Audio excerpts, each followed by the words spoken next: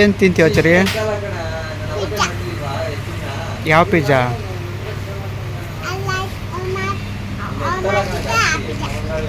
ಆ ಪಿಜ್ಜಾ ತಿಂತೀಯಾ? ಬೇರೆ ಏನಾದರೂ ಬೇಕಾ? ಪಿಜ್ಜಾ ಮಾತ್ರ ಸಾಕಾ?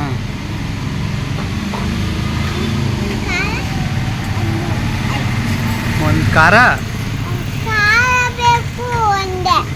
ಖಾರ ಬೇಕಾ?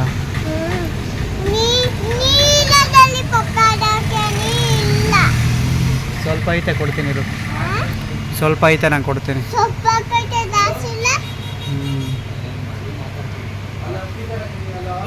ಯಾಕೆ ಬಿಟ್ಟು ಹೆಂಗೆ ಕೂತಿದ್ಯಾ? ಏನಾಯ್ತು? ಯಾವ ಪಿಜ್ಜಾ ಬೇಕು ನಿನಗೆ?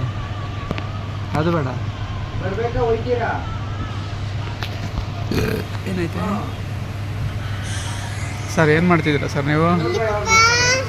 ಅದೇ ಏನು ಮಾಡ್ತಿದ್ದೀರಾ?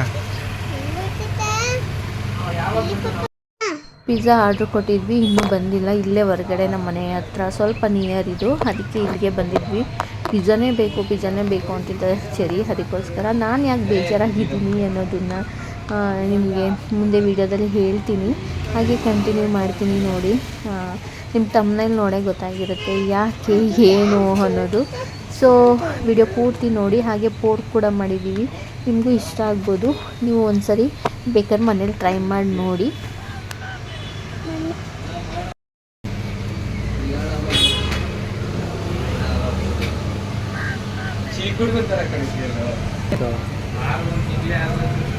ಏನೈತೆ? ಮುಖ್ಯಕ್ಕೆ ಒಂಥರ ಮಾಡ್ಕೊಂಡಿದ್ಯಾ? ಗ್ಯಾಸ್ಟ್ರಿಕಾ? ಓಕೆ, ಯಾಕೆ ಬೇಜಾರಾಗಿದೆಯಾ ಇಂಜೆಕ್ಷನ್ದ? ಲೂಸು ಹೋಗ್ಬಿಟ್ಟು ಮಾಡಿಸ್ಕೊಂಬರೋಣ, ದುಡ್ಡಿಲ್ಲ.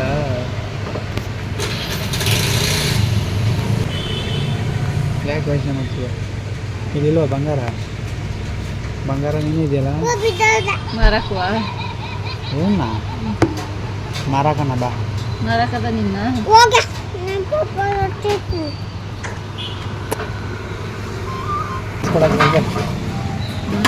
ಪಪ್ಪ ಐತಲ್ಲ, ಡಿಶ್ ಅನ್ನತ್ತಲ್ಲಪ್ಪ. ಐಸ್ ಕ್ರೀಮ್ ಇದೆ ಕಣೆ, ಐಸ್ ಕ್ರೀಮ್ ಹ್ಯಾಂಡ್ ವಾಶ್ ಮಾಡಿಲ್ಲ ನಿಮ್ಮ ಮನೆ?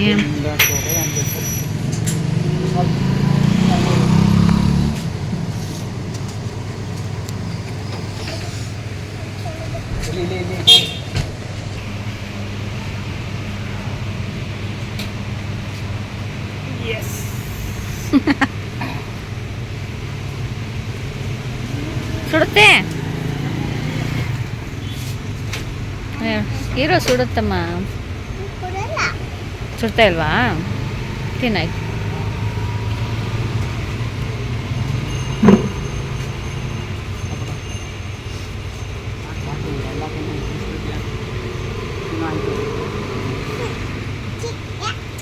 ಇರುಮ್ಮ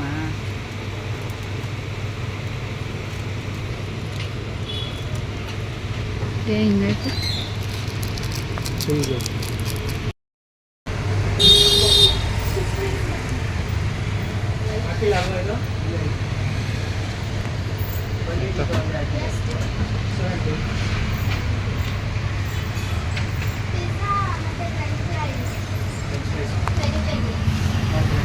ಫಸ್ಟೆಲ್ಲ ಐಸ್ ಕ್ರೀಮ್ ಇರಲಿಲ್ಲ, ಇವಾಗ ಐಸ್ ಕ್ರೀಮ್ ಕೂಡ ಆ್ಯಡ್ ಮಾಡಿದ್ದಾರೆ.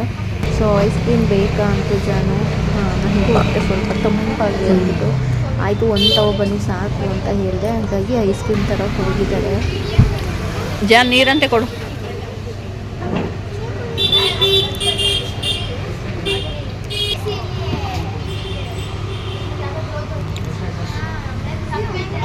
ಇಬ್ರು ತಿನ್ನೋಣ ಬಸ್ ಶೇರ್ ಮಾಡ್ಕೊಳ್ಳೋಣ.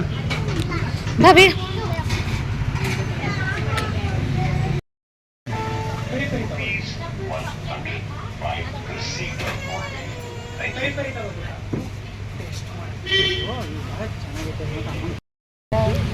ನೀವು ಪಿಜ್ಜಾ ಬೇಕಿತ್ತು ಕೊಡಿಸ್ತಾನೆ. ಪಾರ್ಕ್ ಬಂದುಬಿಟ್ಟು ಆಮೇಲೆ ಆಯ್ತು. ಇನ್ನೇನು ಅಮ್ಮ ನಾನು ಇಬ್ಬರಿಂದ ಇರ್ತೀನಿ, ಕೆಲಸ ಬಂದ್ಬಿಡ್ತೀನಿ.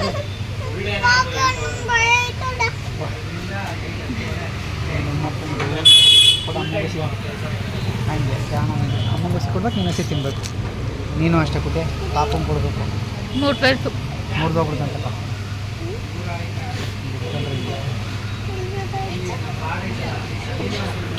ಯಾಕೋ ಗೊತ್ತಿಲ್ಲ, ಮೈಸೂರು ಪಾಕ್ ತಿನ್ನಬೇಕು ಅನ್ನಿಸ್ತಿತ್ತು. ಫಸ್ಟ್ ಬರ್ತಿತ್ತಲ್ಲ ಆ ಥರದ್ದು ಮೈಸೂರು ಪಾಕ್ ಇದು.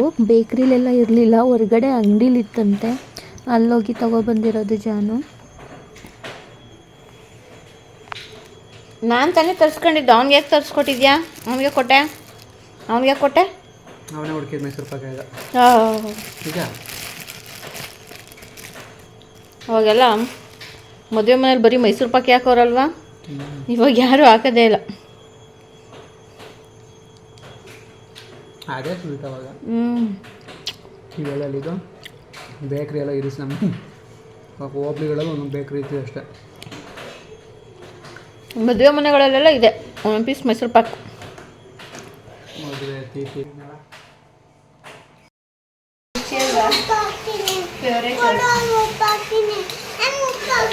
ಅಯ್ಯವನೇ ಇರವನೇ ಒಂದು ನಿಮಿಷ ಅದು ಕೊಡೆ, ಇದು ಬಟ್ಲು ಕೊಡು. ಇಲ್ಲ ಇಲ್ಲ ಹಾಕೊಂಡಿದ್ದೀನಿ, ಅದಕ್ಕೆ ಕರೆಕ್ಟಾಗಿ ಕಾಣಿಸುತ್ತೆ. ಹಾಕು ಮ್ಯಾಲೆ ಬಿದ್ದೋದಿ, ಹಾಕ್ತೀನಿ ಅಂದ್ಬಿಟ್ಟು. ಹೋಗು ಮುಂದಕ್ಕೆ ಹಾಕು, ಅಷ್ಟೂ ಸ್ಪ್ರೆಡ್ ಮಾಡಾಕು. ಅದು ಕುಪ್ಪಿಡೋದು ಸರಿ. ಹ್ಞೂ ಸಾಕು, ಇನ್ನೊಂಚೂರು ಬೇಕಾ ನೋಡಿ, ಇನ್ನೊಂಚೂರು ಹಾಕಮ್ಮ. ಅಯ್ಯೋ ಎಷ್ಟು ಚೆಲ್ದೆ ಕೊಡು, ಸಾಕು. ಹಾಂ ಎಲ್ಲಿ ಇದೆಲ್ಲ ಗೊತ್ತಿಲ್ಲ. ಇಲ್ಲಿ ಇಲ್ಲಿ ಲೆಫ್ಟ್ ಸೈಡ್ ಅಲ್ಲ, ಈ ಮಿಲ್ಟ್ರಿ ಹೋಟೆಲ್ ಅಂತಿದೆಯಲ್ಲ ಅದ ಬೇಡ ಮಾರಾಟ. ಅಲ್ಲಿಗೂ ಇಲ್ಲ, ಯಾವುದೂ ಇಲ್ಲ.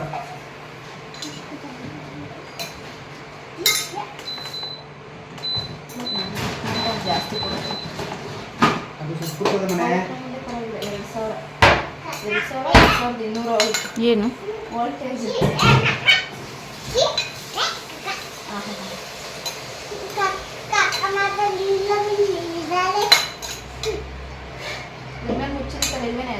ಅದೇ ಅದ್ರ ಪ್ಲೇಟ್ ಎತ್ಕೊಬಂದು ಕೊಡವ, ತೊಳಸ್ಕೊ. ಹಾಂ ಅದಕ್ಕೆ ಹೊಸಿ ಪೆಪ್ಪರ್ ಉದ್ರಿಸಿ. ಈಗ ನೀವು ಸಪ್ರೇಟ್ ಆಡ್ಸಿಲ್ಲ ಅಲ್ವಾ, ಚೆನ್ನಾಗಿ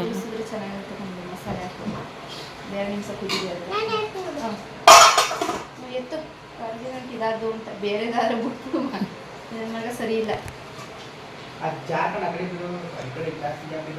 ಜಾರಿದೆಯಾ?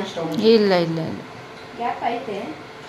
ಇದೇನು ಮುಟ್ಟ ತಕ್ಷಣ ಏನು ಶಾಕ್ ಹೊಡಿಲ್ಲ, ಮಧ್ಯ ಮುಟ್ಬಾರ್ದು ಅಷ್ಟೇ. ಕಬ್ಬಣ ಅಂತ ಅಷ್ಟೇ. ಕೆಳಗಡೆ ಇಟ್ಕೊಟ್ಟಿರ್ತಾನೆ.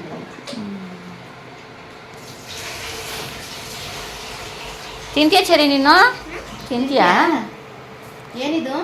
ಚಿಚ್ಚಿ ಸುಮ್ಮನೆ ಬಯಲು. ಏನಿದು?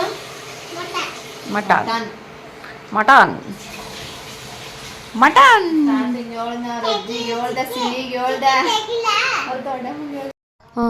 ಸ್ಟಾರ್ಟಿಂಗ್ ವಿಡಿಯೋದಲ್ಲಿ ನೀವು ನೋಡಿದ್ದೀರಾ, ನಾನು ಬೇಜಾರಲ್ಲಿ ಇದ್ದೀನಿ. ಯಾಕೆ ಅಂತ ಹೇಳಿದ್ರೆ ನನಗೆ ಗ್ಯಾಸ್ಟ್ರಿಕ್ ಆಗಿಬಿಟ್ಟಿದೆ, ಯಾಕೋ ಮೂಡೇ ಸರಿ ಇಲ್ಲ ನನಗೆ.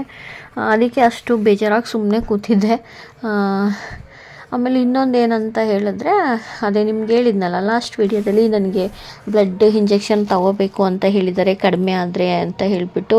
ಸೊ ಅದು ಬ್ಲಡ್ಡೆಲ್ಲ ಚೆಕ್ ಮಾಡಿಸಿದ್ವಿ, 9 ಪಾಯಿಂಟ್ ಆಗಿಬಿಟ್ಟಿತ್ತು. ಹಾಗಾಗಿ ಅವರು ಇಂಜೆಕ್ಷನ್ನ ಬರ್ಕೊಟ್ಟಿದ್ರು, ಈ ಇಂಜೆಕ್ಷನ್ ತೊಗೋಬೇಕು ನೀವು ಅಂತ ಹೇಳಿಬಿಟ್ಟು. ಚೆರಿದ್ರಲ್ಲೂ ಕೂಡ ನನಗೆ ಬ್ಲಡ್ ಕಮ್ಮಿ ಆಗಿತ್ತು, ಬಟ್ ಇಷ್ಟು ಕಮ್ಮಿ ಆಗಿರಲಿಲ್ಲ. ಅವನರಲ್ಲಿ ಒಂದು 9.6 7 ಇತ್ತು. ಆ ಟೈಮಲ್ಲಿ ನನಗೆ ಇಂಜೆಕ್ಷನ್ ಹಾಕಿಸ್ಕೊಳ್ಳಿ ಅಂತ ಹೇಳಿ ಹಾಕ್ಸೋಕ್ಕೆ ಬರ್ಕೊಟ್ಟಿದ್ರು. ಅದು 3 days ಬಿಟ್ಟು ಏನೋ, ಬಟ್ ಇಷ್ಟು ಕಾಸ್ಟ್ಲಿ ಇರಲಿಲ್ಲ.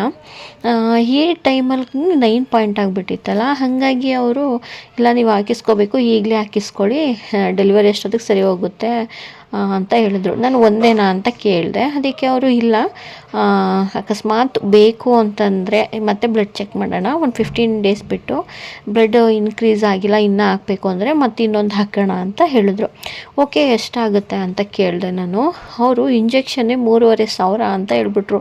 ಅನ್ನೋ ಶಾಕು. 3,500 ಇಂಜೆಕ್ಷನ್ ಅದ್ಯಾವುದಪ್ಪ, ಆಮೇಲೆ ಏನಾದ್ರು ಜಾಸ್ತಿ ಆಗಿಲ್ಲ ಅಂದರೆ ಏನು ಮಾಡೋದು ಅಂದ್ಕೊಂಡು ಅವ್ರು ಹೇಳಿದ್ರು ಟೋಟಲ್ ಕಾಸ್ಟ್ ಬಂದು 8,000 ಆಗುತ್ತೆ ಇಂಜೆಕ್ಷನ್ಗೆ ಅಂದರು.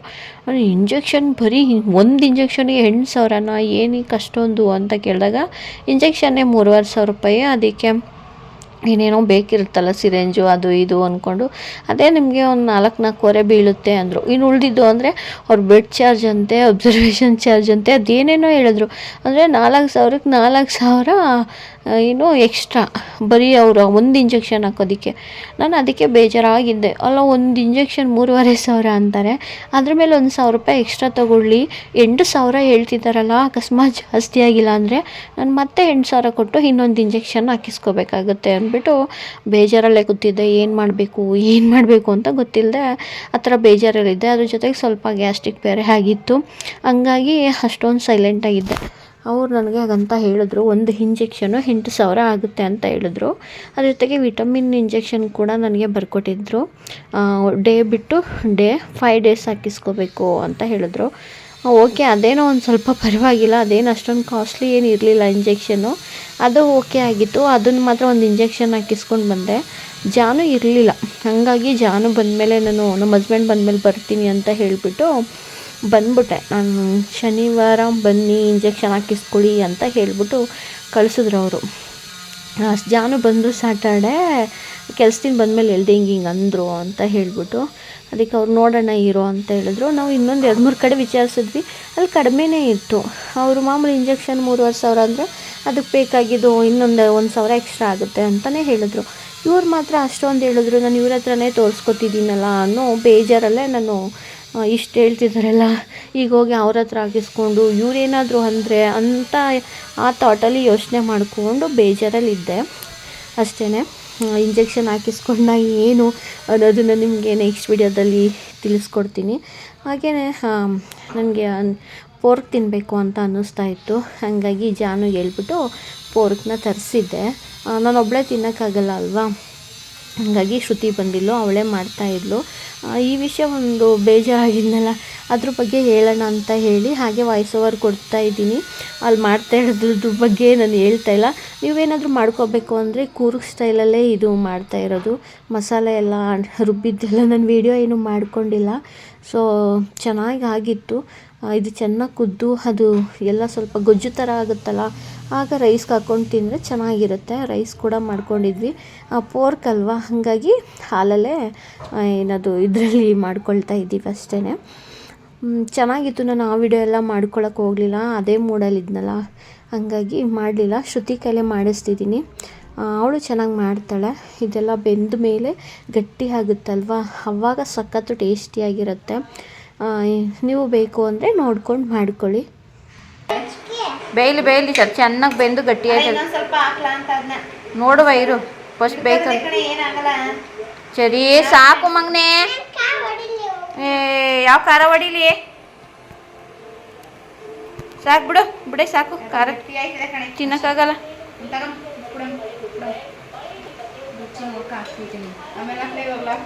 ನೀವೊಂಚೂರು ಈಗ ನೋಡು, ಆಮೇಲೆ ಮುಚ್ಚಿಡು.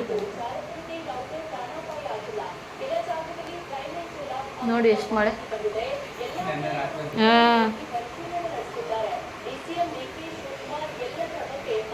ಸೊ ಇದಾದಮೇಲೆ ನನಗೆ ತೋರ್ಸೋಕ್ಕೆ ಮೂಡೇ ಇಲ್ಲ, ಮರ್ತ್ಕೊಂಡ್ಬಿಟ್ಟಿದ್ದೀನಿ.